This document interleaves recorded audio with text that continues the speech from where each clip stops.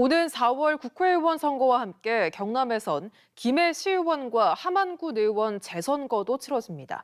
각각 더불어민주당과 국민의힘 소속 지방의원의 선거법 위반 때문인데 국민의힘은 해당 선거구의 무공천을 결정했고 민주당은 고심 중입니다.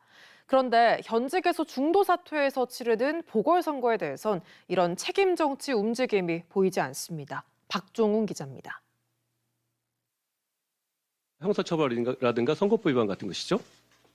그런 귀책으로 이런 재보궐이 이루어지게 된 경우에 있어서는 후보를 내지 않겠습니다.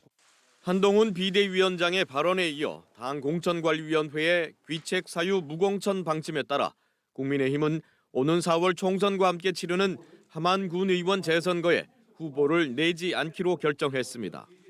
자당 소속 군의원의 선거법 위반으로 당선 무효형이 확정돼 발생한 재선거이기 때문입니다.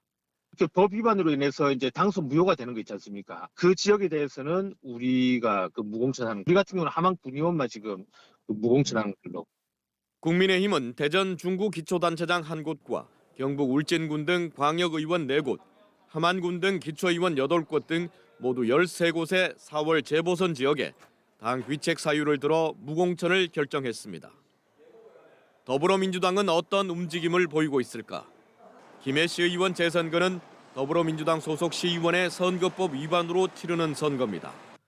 더불어민주당 당원입니다. 당 소속 선출직 공직자가 부정부패 사건 등 중대한 잘못으로 그 직위를 상실해 재보궐선거를 실시하게 된 경우 후보를 추천하지 않는다고 돼 있습니다.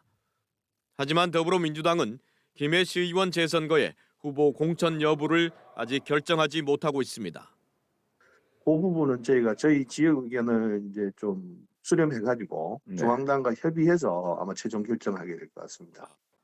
경남에선 이들 재선거와 함께 밀양시장과 진해구 도의원 보궐선거도 동시에 치러집니다. 두 곳 모두 국민의힘 소속 시장과 도의원이 중도 사퇴에 발생한 선거지만 국민의힘은 귀책 사유 무공천 방침을 적용한 재선거와 달리 총선 출마를 위해 사직해 발생한 재보선은 공천하기로 하고 관련 절차를 밟고 있습니다. 이에 대해 자치단체장이나 지방의원이 임기 절반도 채우지 못한 채 유권자와의 약속을 저버린 점, 추가 선거 비용 부담을 주민에게 떠넘긴 점 등 책임 정치 측면에서 이 또한 무공천이 바람직하다는 주장도 있습니다. 정당은 중도 사퇴 재보선의 경우에도 후보를 내지 않는 것이 유권자에 대한 도리이고 책임 정치를 구현하는 출발이 아닌가 봅니다. 무공천을 통한 여야의 책임 정치 실현이 어디까지 이어질지 예비 출마자와 유권자의 관심이 고조되고 있습니다. MBC 뉴스 박종웅입니다.